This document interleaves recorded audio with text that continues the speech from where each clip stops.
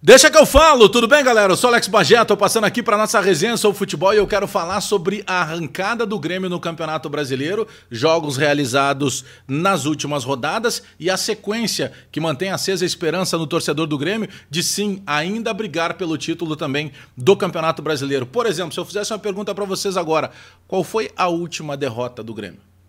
Você vai ficar pensando assim, foi contra o Santos, tá, mas que dia foi? Foi em outubro. E são essas anotações que eu acabei de fazer, que eu quero dividir com vocês aqui, dos jogos feitos, do aproveitamento e da sequência de jogos que o Grêmio vai ter, pelo menos até uma certa data de janeiro. Eu sei que tem envolvimento da Libertadores, tem a sequência também da Copa do Brasil, mas a sequência, ela é de muita perspectiva positiva de que o Grêmio pode estar brigando sim ainda pelo título do Campeonato Brasileiro. Dá o like no vídeo, dá o joinha pra gente fortalecer a resenha, te inscreve no canal, espalha nos grupos de WhatsApp e aperta o sininho para receber as notificações. Vamos lá então, eu anotei aqui, ó, o Grêmio perdeu pro Santos no dia 11 de outubro. Ou seja, nós estamos gravando esse vídeo falando com vocês aqui no dia 2 de dezembro. Lá em 11 de outubro foi a última derrota do Grêmio. Por isso que a gente brinca que foi o Novembro Azul, porque no mês de novembro o Grêmio não perdeu. E aí eu quero falar para vocês dos jogos, tá?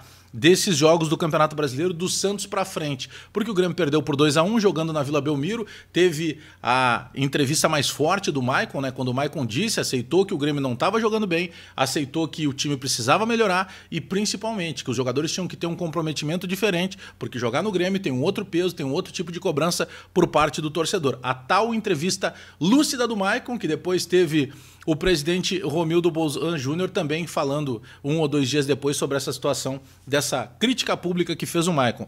Ó, eu botei aqui na minha anotação. Depois nós ganhamos do Botafogo, 3-1 jogando na Arena. Empatamos com o São Paulo, naquele jogo que até agora não ficou muito bem explicado, com o árbitro que foi trocado, o VAR que não foi revisado, jogadores do Grêmio que se machucaram, pênalti que não foi marcado. 0-0 com o São Paulo lá no Morumbi.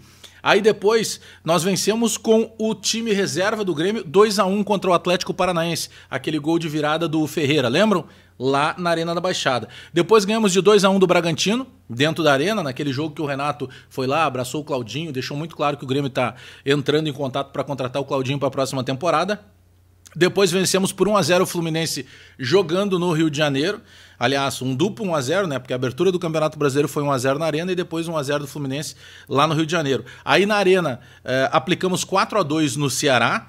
Depois jogamos lá na Arena Itaquera, empatamos em 0-0 com o Corinthians e ganhamos o jogo atrasado, aquele que estava contra o Goiás, 2-1 também jogando na Arena. Olha só, eu tô falando de 8 jogos, 6 vitórias e 2 empates.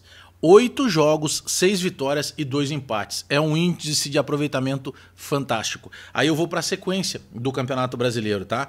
E aí o que eu chamo de jogos menores. Eu não estou depreciando os adversários. A gente sabe que por vezes você vai jogar contra um adversário teoricamente menor, você não consegue mostrar na prática que você é superior e você não vence. Não adianta pensar diferente, tá bom? Mas vamos lá. Joga contra o Vasco dentro da Arena, dentro de casa. Aí depois sai para jogar de novo contra o Goiás. Acabamos de ganhar do Goiás, mas era um jogo atrasado lá da sexta rodada. Aí jogamos de novo contra o Goiás, mas agora na casa deles. Aí nós jogamos contra o Sport fora de casa, lembrando que no jogo da Arena nós perdemos pelo placar de 2-1. Foi o último jogo em que estava com a camisa do Grêmio o Thiago Neves, ali ele era titular, mas deixa para lá, vamos virar essa página, ele já saiu, não vamos lembrar disso. Mas nós perdemos pro Sport dentro de casa por 2-1, então naquela troca de pontos temos que ganhar agora jogando fora de casa lá no Recife, tá? Aí depois nós temos um jogo em casa teoricamente fácil, que é contra o Atlético Goianiense. Tô olhando aqui a minha planilha para não me perder.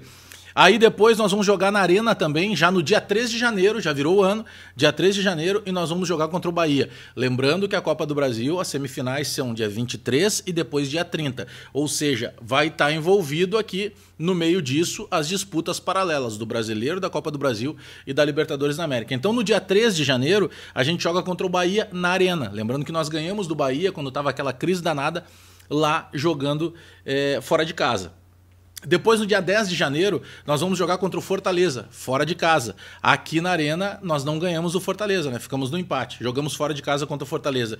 E aí, no dia 17 de janeiro, aí começa a encrespar, porque daí tem o Palmeiras fora de casa. E o jogo contra o Palmeiras na Arena, nós perdemos por 1-0 e teve aquele gol no finalzinho de cabeça do Ferreira que empatou e recolocou o Grêmio, de certa forma, pelo menos com a condição de tirar um ponto do Palmeiras. O que eu tô dizendo é o seguinte, não tem nada simples, o Campeonato Brasileiro é muito difícil, o Grêmio precisa ganhar e torcer para os outros da frente, de certa forma, tropeçarem, tem um confronto ainda direto contra o Flamengo de um jogo atrasado, que depois a gente vai pegar o Flamengo e nós já jogamos melhor que o Flamengo quando empatamos no primeiro turno.